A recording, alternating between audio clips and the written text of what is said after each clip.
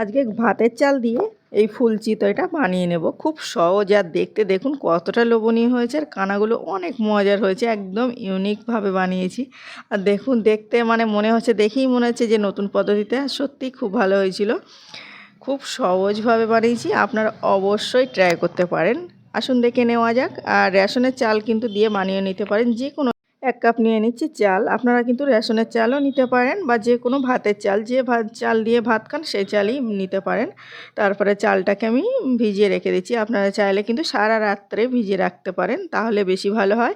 আমি গরম জল দিয়ে 2 থেকে 3 ঘন্টার মতো ভিজিয়ে রেখেছিলাম।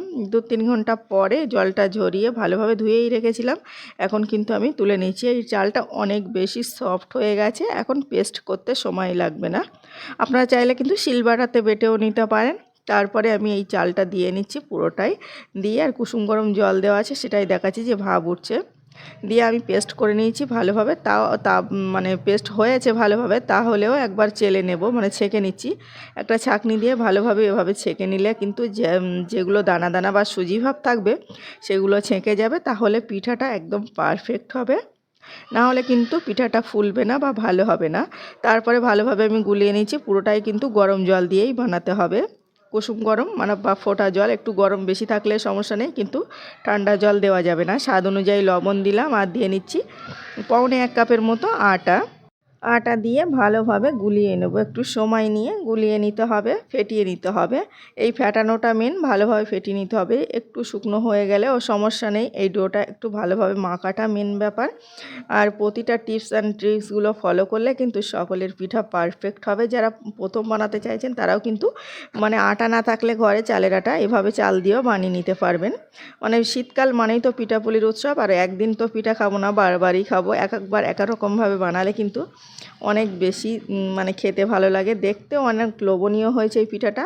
দেখুন, এইভাবে আমি বেশ 3 থেকে 4 মিনিটের মতো ফেটে নিয়েছি। এভাবে মেখে নেওয়ার পরে এখন আবার ওই যে গরম জল ছিল, আমি কেটলিতে করে 1 কেটলি গরম জল করে রেখেছি, যখন লাগবে অল্প অল্প করে দিয়ে নেব। তো আমি আবারও এখানে 1 কাপের মতো গরম জল দিয়ে নিচ্ছি। তবে ব্যাটারটা দেখলে বুঝতে পারবেন যে কতটা জল লাগবে বা কতটা লাগবে না। একটু সময় নিয়ে এভাবে ভালোভাবে ফেটিয়ে নিচ্ছি। এই ব্যাটারটা সাধারণত একটু পাতলা করে বানাতে হয়। তো দেখুন, ভালোভাবে ফেটানো হয়ে গেছে। এখন এটা ফোলার জন্য অল্প একটু 1/2 টেবিল চামচের মতো বেকিং পাউডার দিয়ে নিচ্ছি। অবশ্যই বেকিং পাউডারটা দেওয়ার চেষ্টা করবেন, তাহলে কিন্তু রেজাল্টটা খুব ভালো হয়। আর তারপরে এটা দিয়ে ভালোভাবে ফেটিয়ে নিচ্ছি। এখন দেখাবো ব্যাটারের ঘনত্বটা কেমন হয়েছে। গরম করে নিয়েছি, ধোয়া ওটা গরম করে আর একটু তেল জল মিশিয়ে মুছে নিয়েছি। মানে তেলেই করা এটা, যেহেতু তেল ভাজা হয়, তেলের জিনিস ভাজা হয়। তারপরে 1 টেবিল চামচ মানে 1 চামচ ব্যাটার দিয়ে ঢাকা দিয়ে রেখেছিলাম কিছুক্ষণের জন্য। আর গ্যাসটা পুরোপুরি জোরে রাখতে হবে, একদম লোয়ে করা যাবে না। ধোয়া ওটা গরম, আবার যেহেতু কাঁচা চাল দিয়ে বানাচ্ছি, গ্যাসটা একদম হাই হিটে রাখতে হবে। হাই হিটে রেখে ঢাকা চাপা দিতে হবে, অটোমেটিক এটা কানা হবে। এমন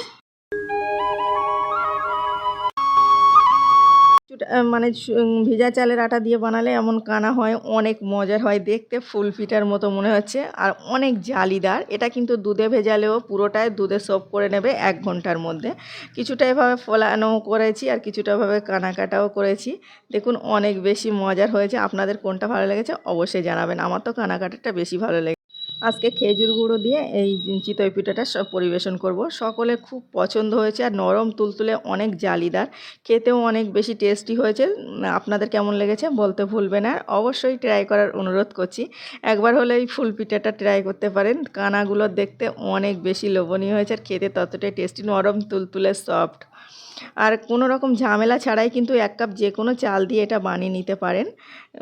আর সঙ্গে দিয়েছিলাম 1/2 কাপ ময়দা। ভালো করে ফেটাতে হবে, মেন কারণ হলো ভালো করে ফেটাতে হবে। আর সামান্য একটু বেকিং পাউডার লাস্টের দিকে দিয়ে, আর এটা গ্যাসটা মানে যতক্ষণ পিঠাটা হবে হাই হিটে রাখতে হবে, তাহলে কিন্তু পারফেক্ট হবে।